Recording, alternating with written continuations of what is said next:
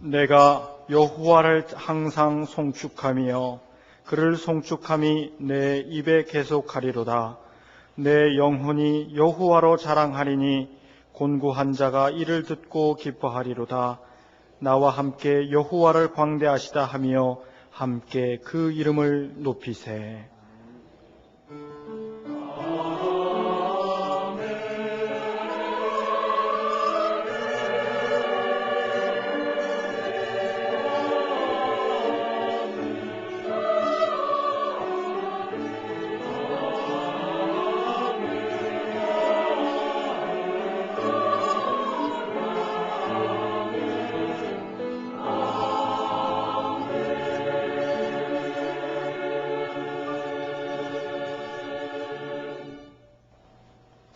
이 시간 하나님께서 우리에게 주시는 구약의 말씀은 열왕기 하 2장 6절에서 14절까지입니다. 561쪽입니다. 엘리야가 또 엘리사에게 이르되 청컨대 너는 여기 머물라. 여호와께서 나를 요단으로 보내시느니라. 저가 가로되 여호와의 사심과 당신의 혼의 삶을 가리켜 맹세하노니 내가 당신을 떠나지 아니하겠나이다. 이에 두 사람이 행하니라. 선지자의 생도 50인이 가서 멀리 서서 바라보매 그 두 사람이 요단가에 섰더니 엘리야가 겉옷을 취하여 말아 물을 치매 물이 이리저리 갈라지고 두 사람이 육지 위로 건너더라. 건너매 엘리야가 엘리사에게 이르되 나를 내게서 취하시기 전에 내가 내게 어떻게 할 것을 구하라. 엘리사가 가로되 당신의 영감이 갑절이나 내게 있기를 구하나이다. 가로되 내가 어려운 일을 구하는도다. 그러나 나를 내게서 취하시는 것을 내가 보면 그 일이 내게 이루려니와 그렇지 않으면 이루지 아니하리라 하고 두 사람이 행하며 말하더니 후련히 불수레와 불말들이 두 사람을 격하고 엘리야가 회리바람을 타고 승천하더라. 엘리사가 보고 소리 지르되 내 아버지여 내 아버지여 이스라엘의 병거와 그 마병이여 하더니 다시 보이지 아니하는지라. 이에 엘리사가 자기의 옷을 잡아 둘에 찢고 엘리야의 몸에서 떨어진 겉옷을 주워 가지고 돌아와서 요단 언덕에 서서 엘리야의 몸에서 떨어진 그 겉옷을 가지고 물을 치며 가로되 엘리야의 하나님 여호와는 어디 계시니이까 하고 저도 물을 치매 물이 이리저리 갈라지고 엘리사가 건너니라. 아멘.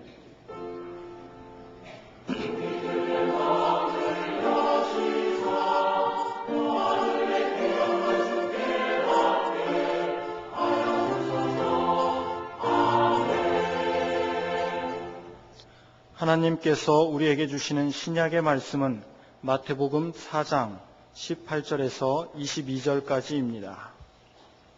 5쪽입니다. 갈릴리 해변에 다니시다가 두 형제 곧 베드로라 하는 시몬과 그 형제 안드레가 바다에 금을 던지는 것을 보시니 저희는 어부라. 말씀하시되 나를 따라오너라. 내가 너희로 사람을 낚는 어부가 되게 하리라 하시니 저희가 곧 그물을 버려두고 예수를 좇으니라. 거기서 더 가시다가 다른 두 형제 곧 세베대의 아들 야고보와 그 형제 요한이 그 부친 세베대와 한 가지로 배에서 금을 깁는 것을 보시고 부르시니 저희가 곧 배와 부친을 버려두고 예수를 좇으니라. 아멘.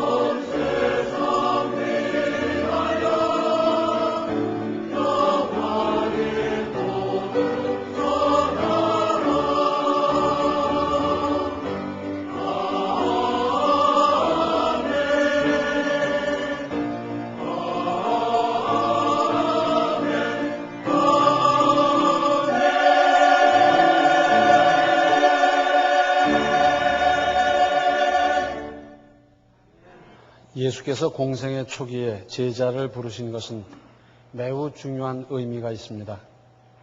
예수께서는 웅장한 교회 건물을 세우지도 치밀한 계획을 수립하지도 탄탄한 조직을 짠 것도 하지 않으셨습니다. 그러나 제자를 택하시는 일에는 특별하셨습니다. 마가복음에 의하면 예수께서는 철야 기도를 한 후에 제자를 부르셨다. 그렇게 기록되어 있습니다. 과연 인물은 건물이나 계획이나 조직에 비할 바가 아니었습니다. 그리고 주께서 당시에 정치가나 학자나 부호 중에서가 아니라 갈릴리의 소박한 어부들을 제자로 부르신 데에 특징이 있습니다. 신약 본문 19절을 다시 보시면 말씀하시되 나를 따라오너라 내가 너희로 사람을 낚는 어부가 되게 하리라 하시니 했습니다. 예수께서는 바로 명령하셨어요. 사람을 붙잡고 설득하고 대화하고 3시간 5시간 이야기를 하고 그러질 않으셨어요. 나를 따라오너라 딱 그러셨죠. 이것은 명령일 뿐만 아니라 보장이고요. 여기에 주님의 권위가 보이며 또한 미래에 대한 예견이 있습니다.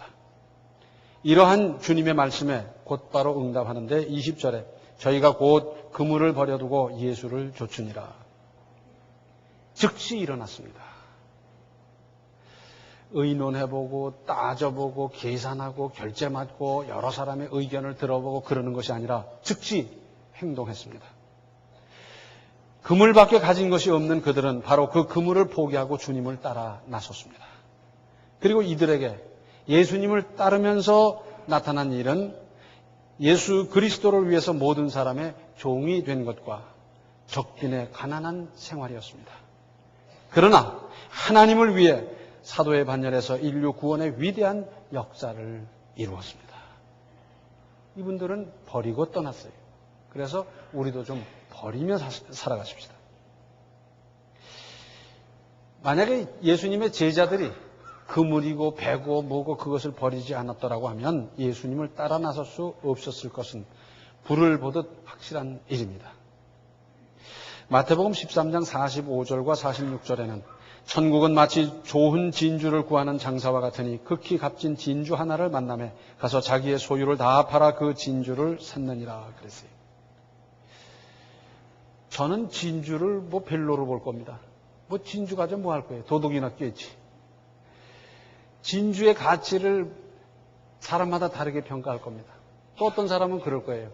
진주 가지고 있다고 밥이 생기나 옷이 생기나 그런 사람도 있을 터이고요. 그런데 진주의 참 가치를 아는 사람은 다르지요. 그래서 참 값진 진주를 봤더니 이걸 얻어야 되겠다 해서 자기가 지금까지 모았던 재산, 집, 땅 다 팔아서 이걸 사는 겁니다. 그리고 이걸 보고 이걸 즐기고 이걸 누리고 그렇게 사는 것 아니겠어요?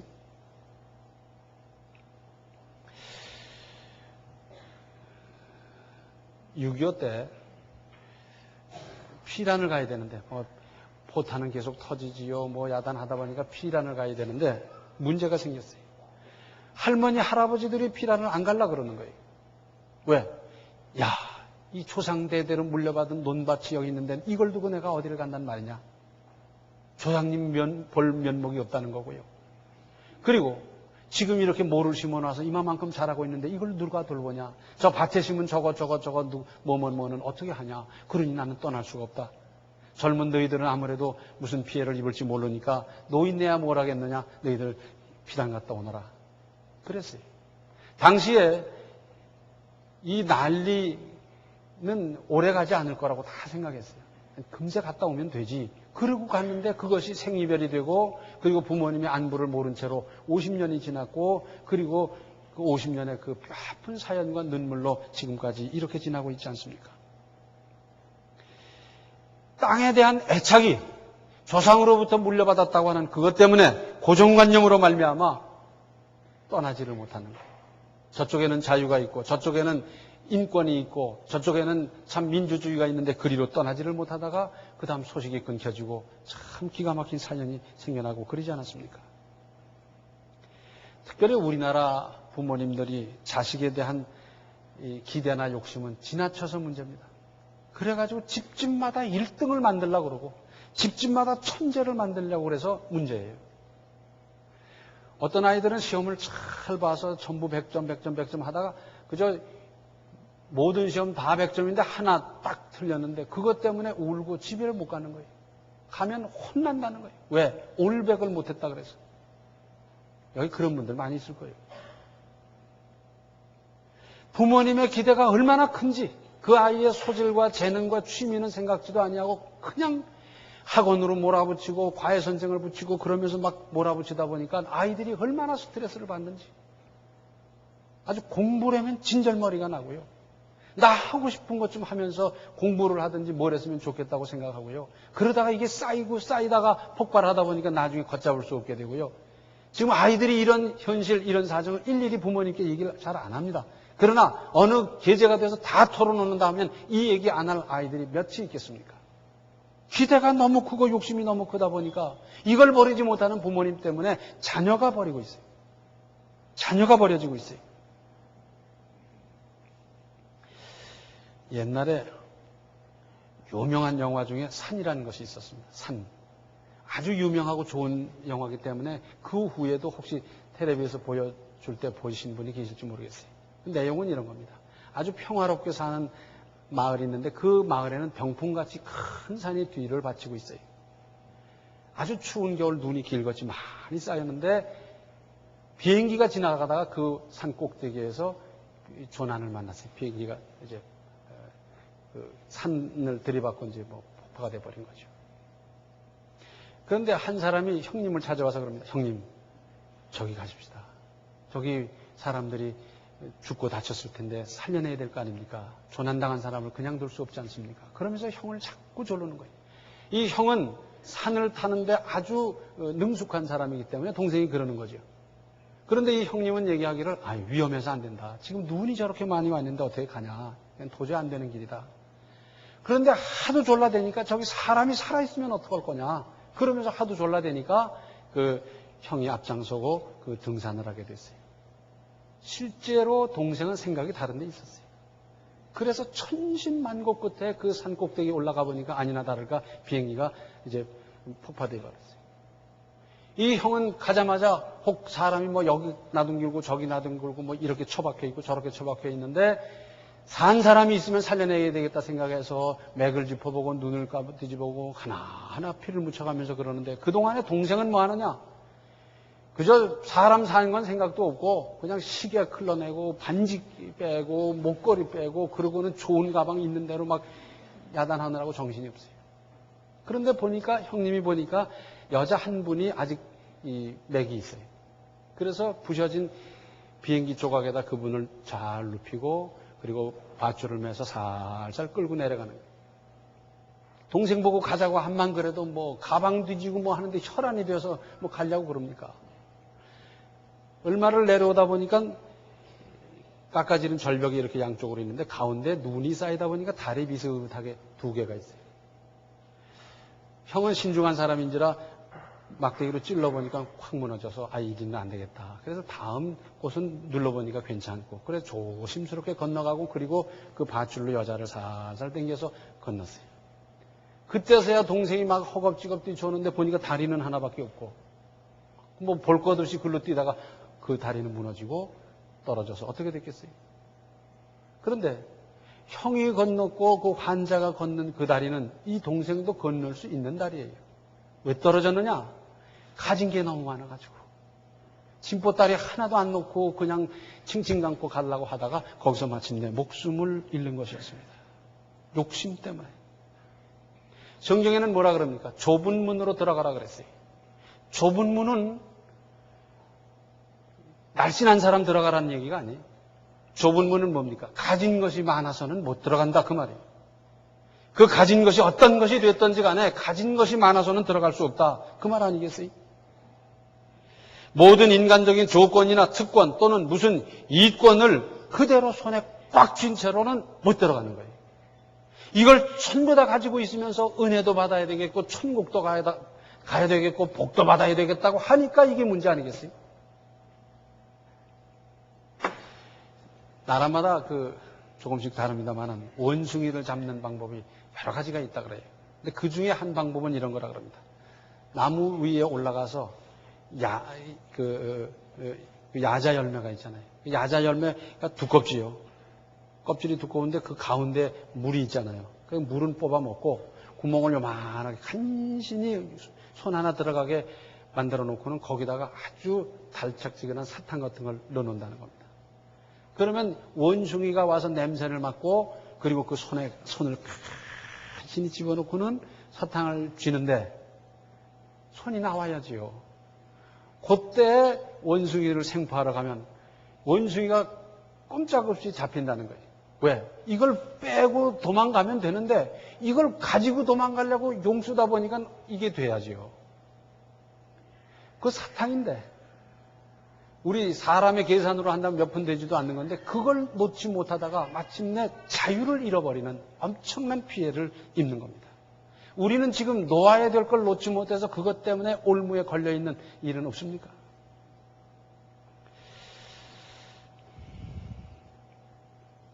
잘 생각해 보시고요.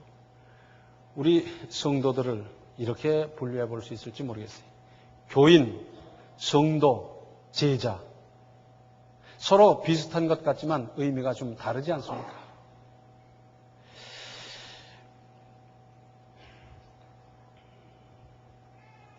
가령 교인들에게 할 말이 있고 성도들에게 들려줄 말이 있고 제자들에게만 가르쳐야 할 것이 있지 않겠습니까? 사도행전 2장 41절을 보면 그 말을 받는 사람들은 세례를 받으며 이날에 제자의 수가 3,000이나 더하더라 그랬어요. 베드로가 성령으로 충만해서 말씀을 증거했더니 사람들이 막 큰 감동을 받고 은혜를 받고 세례를 받고 그랬는데 자, 그 말씀을 하나님의 말씀으로 받아들인 사람들은 세례를 받았어요. 그런데 제자의 수가 3,000이나 더하더라 그랬어요. 제자는 뭡니까? 제자가 뭡니까? 제자는 나도 당신과 같은 그 길을 가겠습니다 하는 그 사람들 아니에요? 예수님이 엊그저께 어떻게 세상 떠나셨다는 거 다 알고요. 예수님을 따라가다 보면 예수님과 같이 그렇게 처참하게 죽을 수 있다는 것을 다 알고요. 그런데 그의 제자들이 성령으로 충만해서 그렇게 될 수 있음에도 불구하고 복음을 증거하고 있는 그 모습을 보면서 나도 당신과 같이 그 길을 가겠다는 사람들, 그러니까 세례를 받은 사람은 8,000인지 9,000인지 10,000명인지 모르지만은 그 중에서 제자가 되겠습니다 한 사람들이 3,000명이 더 됐다 그런 뜻입니다.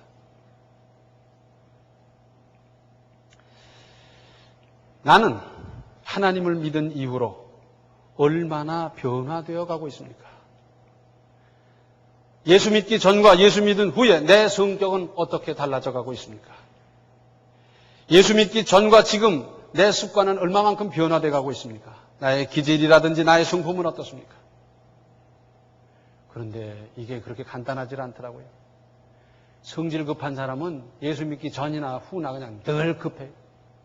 성질이 느긋한 사람은 예수 믿기 전이나 후나 그냥 그리워. 믿을 때도 그리워. 그전에도 그리워. 내가 원래 사실은 모난 성품이었는데 얼마만큼 다듬어져 있습니까? 비판을 잘하는 사람이었는데 지금은 비판하기보다는 다른 사람의 장점을 보고 있습니까?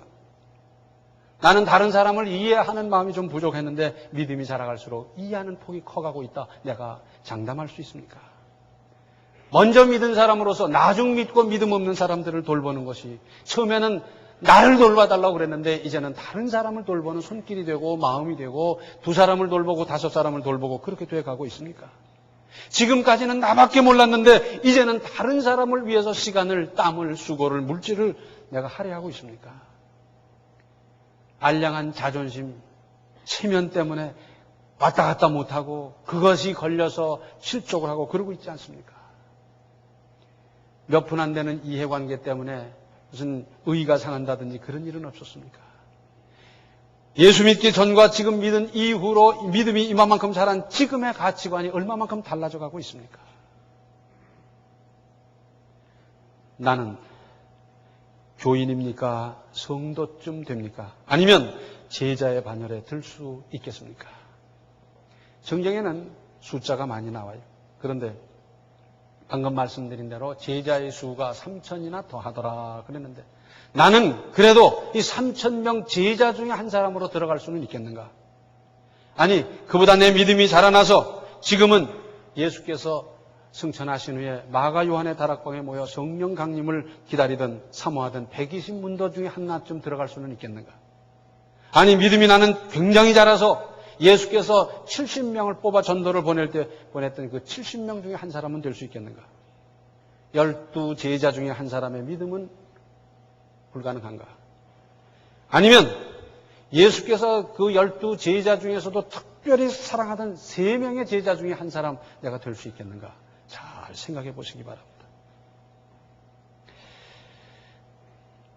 이제 우리 이왕 믿었는데 예수님을 제대로 따르십시다. 제대로 따르십시다. 로마서 12장 2절을 보면 너희는 이 세대를 본받지 말고 오직 마음을 새롭게 함으로 변화를 받아 하나님의 선하시고 기뻐하시고 온전하신 뜻이 무엇인지 분별하도록 하라 그랬습니다. 그런데 이 세대라고 하는 것은 예수님 당시의 세대나 그 500년 전 세대나 그 500년 후 세대나 오늘날이나 똑같은 것이 있어요. 뭐냐? 죄악의 세상이다. 그 말이에요. 세상은 죄입니다. 세상은 죄에서부터 파생된 모든 문제로 말미암아 복잡해진 그 세상, 그것은 예나 지금이나 똑같아요. 그런데 그 세상에서 뿌리를 받고 살고 거기서 거래를 하고 살고 거기서 관계를 맺으며 살지만은 그 세상으로부터 오염당하거나 본받지 말라는 겁니다. 마음을 새롭게 함으로. 마음이 문제거든요. 변화를 받아 하나님의 선하시고 기뻐하시고 온전하신 뜻이 무엇인지 분별하고 그 분별을 따라 실천하고 행동하고 살아가라 그 말입니다. 행여 우리가 예수를 믿으면서 오히려 세상으로부터 오염당해가고 있지는 않습니까? 바다에 살고 있는 고기를 한번 생각해 보세요. 거기서 알에서 부화돼서 고기가 됐고 거기서 활동하고 살고 먹이를 구하고 다 지나다가 거기서 저도 알을 까고 또 세대를 유지하고 다 그러다가 고기마다 수명이 있으니까 거기서 죽고 나서부터 죽을 때까지 다 그 짠 물속에서 살고 있지만 그 고기 살은 짭니까? 안 짜잖아요. 거기서 영양분을 취하고 거기서 생명의 조건을 누리고 다 하면서도 그러면서도 그 고기는 짜질 않습니다. 연꽃을 보셨습니까? 연꽃은 잘 다듬어진 이쁜 화단에서 자라는 꽃이 아니에요. 뭐 시궁창 같은 데서 미꾸라지도 살 수 없는 시커먼 그런 데서 자라는데요. 제가 필요한 영양소만 싹 빨아먹어요. 그리고는 잎이 어떻고 꽃이 어떻습니까? 얼마나 예쁘고 비가 와도 비가 또르르 또르르 굴러가잖아요. 비로 말미암아 흡수당하고 비로 말미암아 무슨 이파리가 오래 물에 젖어 있더니 뭐 녹았다든지 무슨 상했다든지 그게 아니잖아요. 만약에 거기 있는 대로 그냥 아무거나 취했다면 줄기의 꼴도 우습고 잎의 꼴도 우습고 꽃의 모습도 이상할 뿐더러 거기서 냄새가 나고 고약하고 별 희한한 일이 다 벌어질 거예요. 그런데 자기가 필요한 것만 쏙 뽑아서 그것으로 말미암아 줄기를 만들고 잎을 만들고 꽃을 만들고 향기를 만들고 벌이 오게 만들고 다 그러지 않습니까? 자기가 자란 곳, 뿌리 박은 곳은 시궁창이지만 시궁창과 전혀 다른 것을 만들어내고 있어요. 우리가 살고 있고 우리가 함께하고 우리가 거래하고 우리가 움직이는 이 세상은 예나 지금이나 죄악된 세상이지만 여기서 살지만 이 세상으로 말미암아 오염당하는 것이 아니라 이 세상을 동화시켜 나가고 변화시켜 나가고 이 세상에 그리스도의 향기를 드러내며 살아라 그 말 아니겠습니까? 오늘 구약 성경에 나오는 내용은 뭡니까? 엘리야 그러면 구약 선지자 중에 대표적인 분인데 이분에게는 이제 선지 학교가 있었고 그 제일 가까이서 따르는 엘리사라는 생도가 있었어요. 이 엘리사는 선생님을 죽어라고 따라다니는 거예요. 지금 우리식으로 말한다면 화장실 가도 따라가고요. 뭐 일갓집에 개인 볼일을 보는데도 따라가고 조금도 떨어져 있지 않고 계속 따라다니는 거예요. 그러다가 하나님께서 이제는 너를 하늘로 불러 올려야 되겠다. 그러는데도 따라가는 거예요. 그래서 너는 길갈 여기 좀 있거라. 아닙니다. 무슨 말씀입니까? 제가 끝까지 따르겠습니다. 아마 그 마음 중에는 혹 하늘로 올라가더라도 거기에 따른 자기가 무슨 수고할 것이 있을까? 선생님을 도와드려야 될 게 있을까? 그런 생각도 했겠지요. 따라 나서더니 베델에 가서 여기 좀 있으라고. 그랬더니 아니라는 거예요. 또 따라 나서 여리고에 가서 여기 좀 있으라고. 아마 그때쯤에는 굉장히 화도 좀 냈을 것 같아요. 원래 이 엘리야는 아주 불같은 분이거든요. 그러니까 아주 야단도 치고 막 그랬을 거예요. 그런데 아닙니다. 나는 끝까지 동행하겠습니다. 그러다가 결국은 하늘로 올라가기 직전에 뭐라 그럽니까? 도대체 내가 너한테 어떻게 했으면 좋겠냐? 그랬더니 당신의 영감의 갑절을 받기를 원합니다. 돈을 구한 것도 아니고 명예 지위를 구한 것도 아니고 당신의 영감 갑절을 주시옵소서. 그거예요. 여기엔 두 가지 뜻이 있습니다. 하나는 자기 선생님 엘리야가 받은 그 은사, 능력, 그 모든 것을 갑절로 받아서 더 큰 역사를 이루며 하나님 영광을 드러내겠다 하는 것이 있고, 또 하나는 이스라엘 사람들은 유산을 나누어 줄 때 장남에게, 장자에게는 갑절을 줬어요. 그러니까 제자들이 많이 있지만은 그 중에 나는 수제자로서 나에게는 장자와 같은 그 몫을 주십시오 하는 그런 뜻이었어요. 결국 그것을 받아서 권능과 사명을 계승해 나가는 겁니다. 끝까지 동행하는 거예요. 하다가 힘드니까 그만두고가 아니라 끝까지 동행하면서 선생님을 따르고 선생님을 본받고 선생님을 닮아가고 선생님을 연구하고 그러는 것 아니겠어요?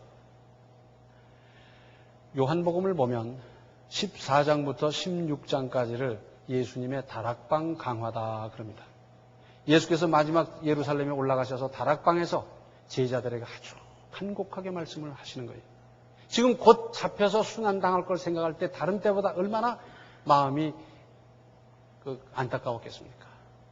그런데 짐작컨대 예수님은 아주 심각한 마음으로 지금 말씀을 또박또박 하시고 계신데 그 중에는 꾸벅꾸벅 조는 사람도 없지 않아 있었을 것 같고 그 중엔 저희끼리 쿡쿡 찌르면서 장난하는 사람도 없지 않아 있었을 것 같아요. 그러나 우리 예수님께서는 앞으로 성령이 오시면 지금은 너희들이 이해를 못하지만 나중엔 다 이해하고 깨닫고 그리고 사명을 감당할 것을 내다보시고 기대하시면서 말씀을 하셨어요. 그런데 그때 다락방 강화라고 하는 가장 중요한 말씀은 누구에게? 제자들에게만 하셨어요. 많은 사람 3,000명, 5,000명이 모인 거기서 하신 것이 아니고 제자들에게만 했어요. 왜? 교인은 들어서 이해를 못해요. 성도도 이해를 못해요. 3년 반 동안 데리고 다니면서 일일이 가르쳤던 그 사람들도 사실은 전부 이해를 못해요. 그러나 다른 사람보다는 이해하는 게 좀 나아요. 그러나 성령께서 오시면 이 모든 것을 깨닫게 해주셔서 앞으로 사명 감당할 것을 내다보시면서 말씀을 하셨어요. 좀 전에도 말씀드렸듯이 교인들에게 할 말이 있고 성도들에게 들려줄 말이 있는가 하면 제자들에게만 가르쳐야 할 것이 있지 않습니까? 그래서 예수님은 얼마나 답답한지 귀 있는 자는 들으라 그러셨어요. 믿음 있는 사람은 들어라. 가슴이 있는 사람은 들어라. 그 말씀 아니겠어요? 예수님의 제자들은 모든 것 버려두고 그리고 주님을 쫓았는데 이 세상적인 호강은 못 누렸지만 그러나 하나님의 일에 사도로서 인간을 영생을 주는 그 구원의 역사에 얼마나 크게 쓰임받았습니까? 얼마나 영광스럽습니까? 버려두고 쫓아서 교인으로 끝나는 것이 아니라 성도의 반열에 머물러 있는 것이 아니라 제자로서의 인생을 살아가는 새 출발 이제부터 시작하실 수 있기를 바랍니다. 기도하시겠습니다. 은혜로우신 아버지 하나님, 저희들이 가진 것이 왜 그렇게 많습니까?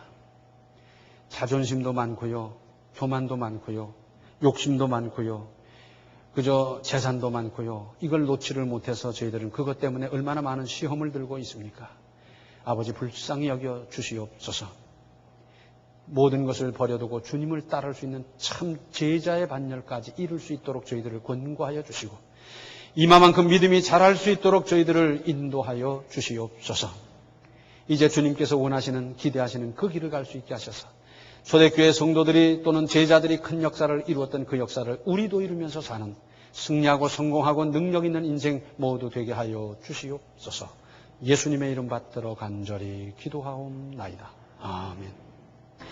이제는 예수님의 제자로 믿음이 발전하고 이러한 믿음으로 세상을 이겨 나가십시오. 지금은 생명의 주 예수 그리스도의 은혜와 하나님 우리 아버지의 극진하신 사랑과 성령의 감화, 감동, 충만, 교통하심이 제자의 삶을 살기로 작정하는 모든 성도들 머리 위에 이제로부터 영원토록 함께 계시기를 간절히 축원하옵나이다. 아멘.